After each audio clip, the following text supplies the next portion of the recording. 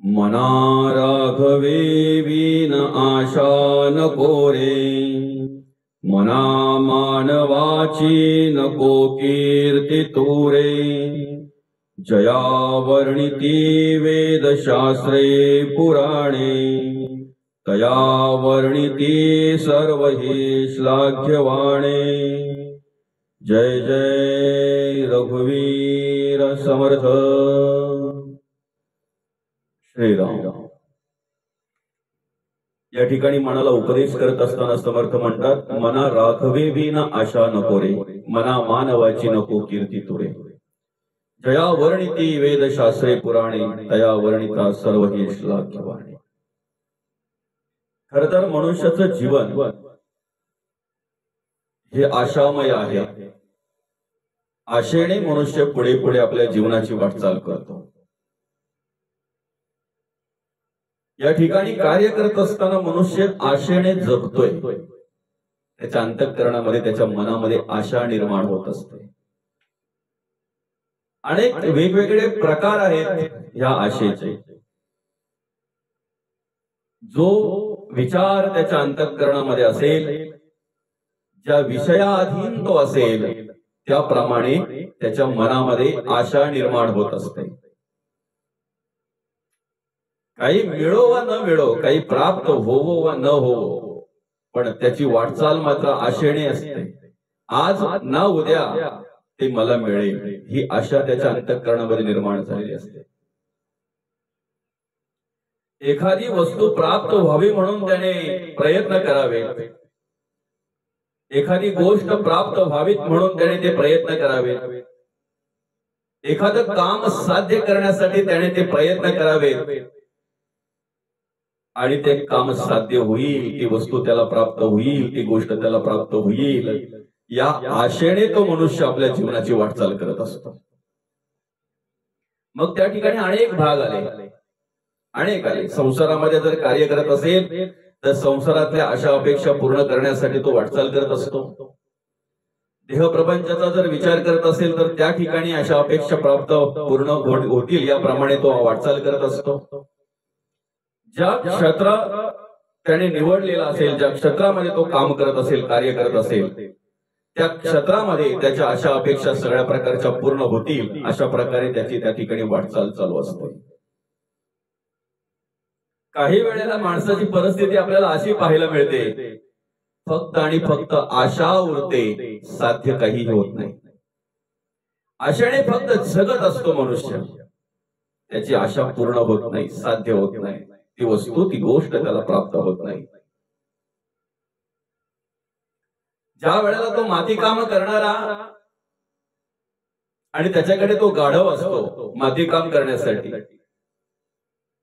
ती माती अशी लांबवर ज्या वेळेला न्यायची असते, त्यावेळेला त्याच्या त्या पाठीवर लागलेली मातीचं ते ओझं त्या गाढवाचं, आणि मध्ये गेल्यानंतर तो थकतोय, त्याला चालता येत नाही, चालायला जमत नाही। मग अशा वेळी तो मालक काय करतोय, त्या गाढवाच्या डोक्यावरून असं पुढे एक काडी बांधतोय आणि साधारणतः 2 फुटापर्यंत त्या काडीला हिरवी चाऱ्याची पेंढी बांधतोय, हिरवा चारा बांधतोय, जेणेकरून त्या गाढवाला तो हिरवा चारा दिसेल। आणि तो हिरवा चारा मला आता मग मिळेल, ह्या आशेने तो गाढव पुढे पुढे पाऊलं टाकत असतो। आता तुम्ही सांगा ना, गाढवाने किती पावलं टाकली म्हणजे तो चारा त्याला मिळेल?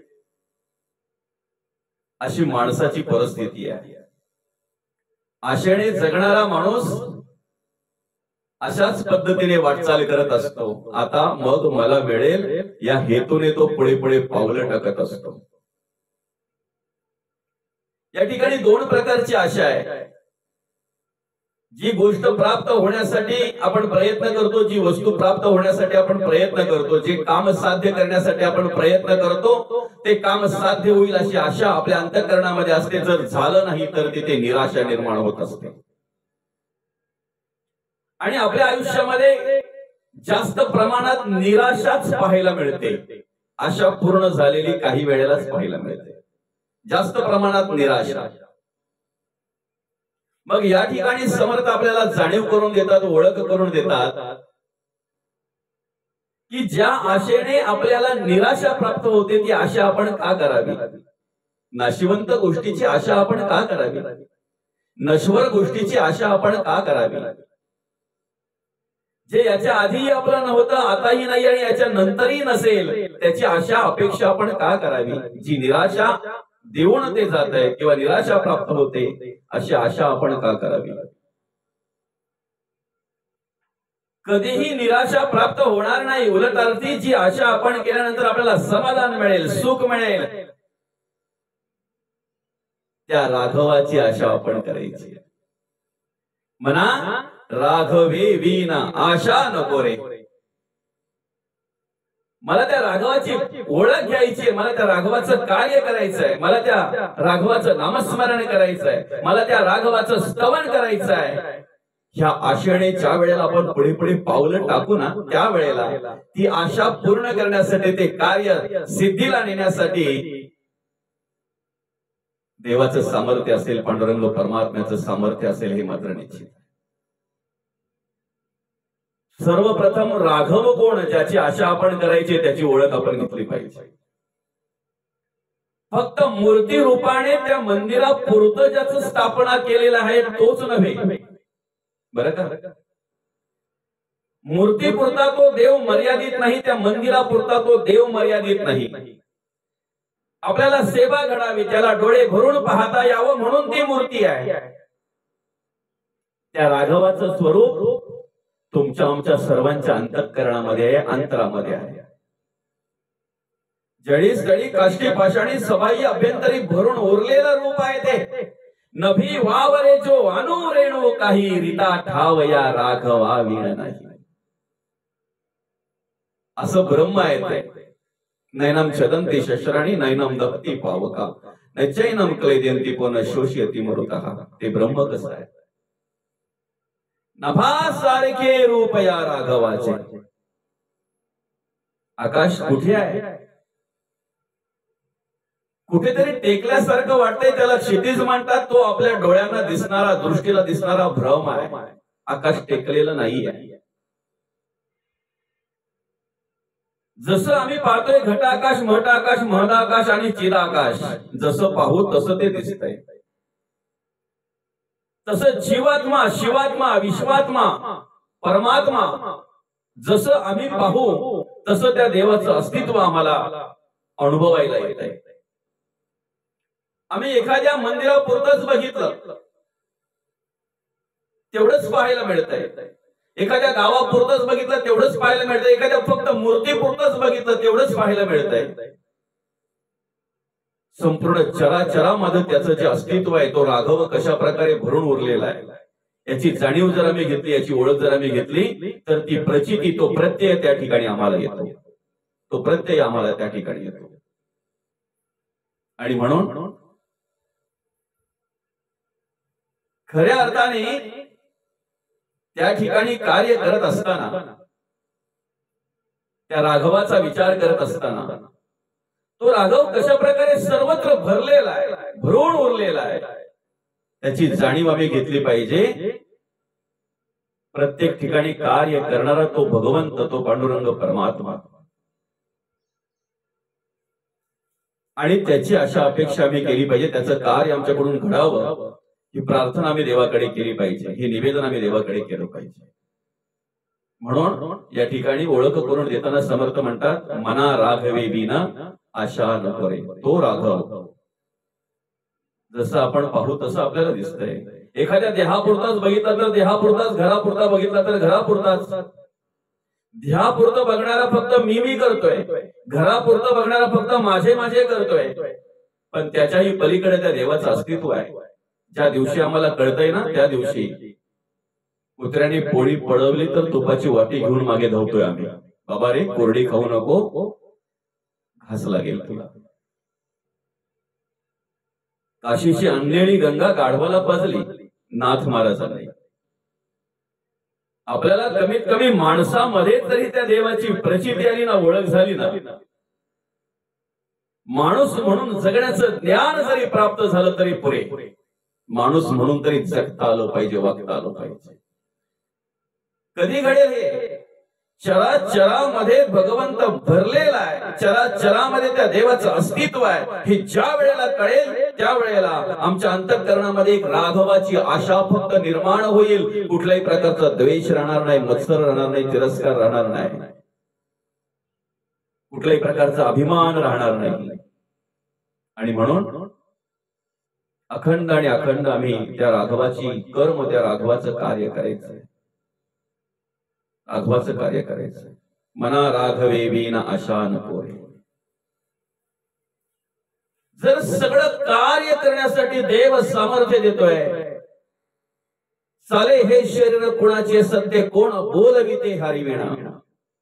आणि त्या ठिकाणी ओळख करून देताना वृक्षाचेही बाण हारे त्याची सत्ता राहिली अहंता मग कोठे. अशा प्रकारे जर आम्हाला ओळख करून दिली असेल, जाणीव करून दिली असेल, तर आम्ही मानवाची कीर्ती का म्हणून वर्णन करावी. म्हणा मानवाची नको कीर्ती तुरे. मानवाची कीर्तीच काय आहे? काय आहे मानवाची कीर्ती? एक अंतरात्म्याचं सामर्थ्य जर बाजूला काढलं, त्या देवाचं सामर्थ्य जर बाजूला काढलं, तर मानवाची कीर्ती काय आहे? घरामध्ये सगळ्या प्रकारचे सुखसोयी आहेत, साधनं आहेत, उपकरणं आहेत. विजेवर चालणारी, विजेवर कार्यरत असणारी, विजेवर कार्य करणारी वीजच नसेल तर त्या साधनांकडे बघावं आणि समाधान मानावं. त्याचा उपयोग आम्हाला होत नाही.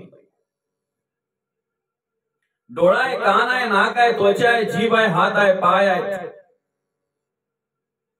स्पर्श घेणारी आमची चामडी आहे, हे सगळं काही आहे. पण अंतरात्मा जर नसेल तर पाहणारा, ऐकणारा, बोलणारा, स्पर्श घेणारा, चालणारा, काम करणारा, त्या अंतरात्म्याचं सामर्थ्य नसेल तर सगळं व्यर्थ आहे. मग मी म्हणून का पुढे यावं? माझी कीर्ती मी का वर्णन करावी? मना मानवाची नको कीर्ती तुरे. मानवाची कीर्ती नको. बघा ना, जरा कोणी काही मदत केली की आम्ही लगेच त्याचं किती स्तुती करतो, किती स्तवन करतोय. त्याच्यामुळे माझं काम झालं, तो होता म्हणून माझं काम झालं. परत परत त्याची आठवण करतो आम्ही.